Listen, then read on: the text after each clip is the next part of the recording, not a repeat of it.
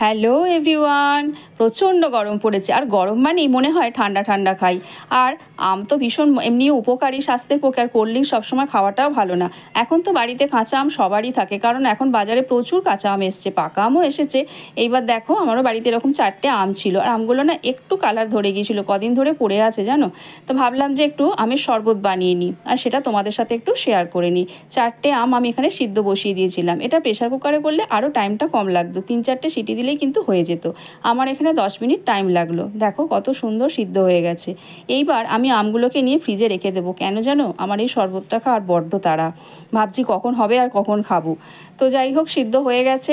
এবার আমি ওটাকে রেখে দিলাম ফ্রিজে। এবার আমি একটু চিনি গুঁড়ো করে নিয়েছি, প্রায় 200 মতো চিনি এখানে আমি গুঁড়ো করে নিলাম। এতটা আমার লাগবে না, আবার যখন কেউ শরবত খেতে চাইবে তখন দিয়ে দেবো, বা অন্য কাজেও লেগে যাবে। এইবার চলো, আম কিন্তু ঠান্ডা হয়ে গেছে, আমের পাল্পটা এবার বের করে নিই। দেখো, যেহেতু খুব সুন্দর সিদ্ধ হয়েছে, খুব অনায়াসে কিন্তু আমের খোলাগুলো ছেড়ে যাচ্ছে। এইবার আমি একটা স্পুন নিয়ে দেখো আমের পাল্পটাকে এইভাবে আমি বের করে নেব।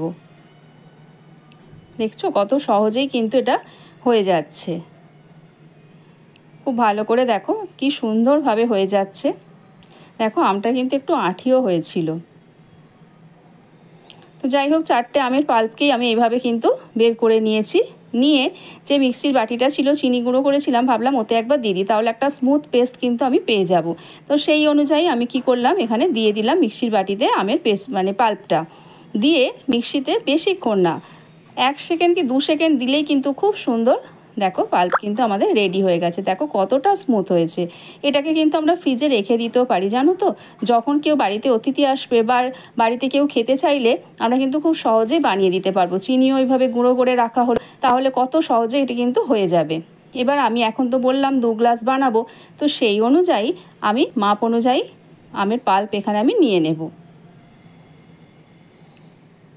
দোকানে যে আমরা মানে ম্যাঙ্গো পান্না যেগুলো পাই, সেগুলো গ্রিন কালার, কারণ ওখানে ফ্রুট কালার ইউজ করা হয়, কারণ কখনোই কাঁচা আমের ভিতরে সবুজ রং থাকে না,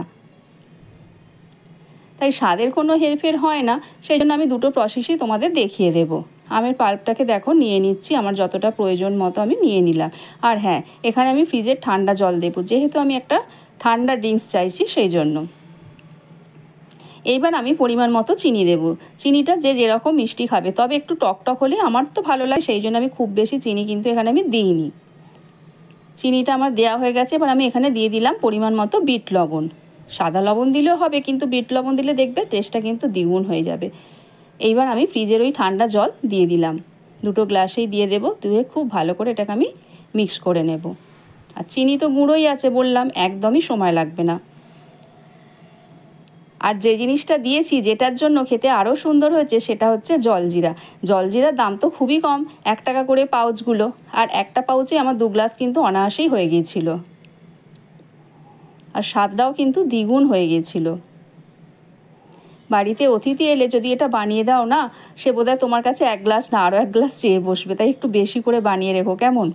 এইবার দেখো, আমি জলজিরাটাও দিয়ে দিলাম। বললাম না, 1 প্যাকেটেই কিন্তু হয়ে যাবে, 2 গ্লাস অনায়াসেই কিন্তু হয়ে যাবে। আবারও খুব ভালো করে আমি এটাকে মিক্স করে নেব। আর হ্যাঁ, তোমরা কে কোথা থেকে ভিডিওটা দেখছো একটু কিন্তু কমেন্ট করে দিও। আর কি ধরনের ভিডিও দেখতে চাও সেটাও কিন্তু জানাবে, কারণ তোমরাই তো আমাদের বন্ধু, আর তোমাদের জন্যই তো এই রান্নাগুলো দেখানো, তাই না। দেখো, বলছিলাম না যে একটা গ্রিন কালার আমরা যেগুলো কিনে খাই কেন লাগে, তা আমি খুব অল্প করে একটু গ্রিন ফ্রুট কালার এখানে মিক্স করে দিলাম। কালারটা শুধু চেঞ্জ হয়ে গিয়ে গ্রিন হবে, এছাড়া স্বাদের তো কিন্তু কোনোই হেরফের হবে না। দেখো, শুধু গ্রিন কালার হয়েছে, আর কিছুই না। এটা আমি কোনো কালার দিইনি।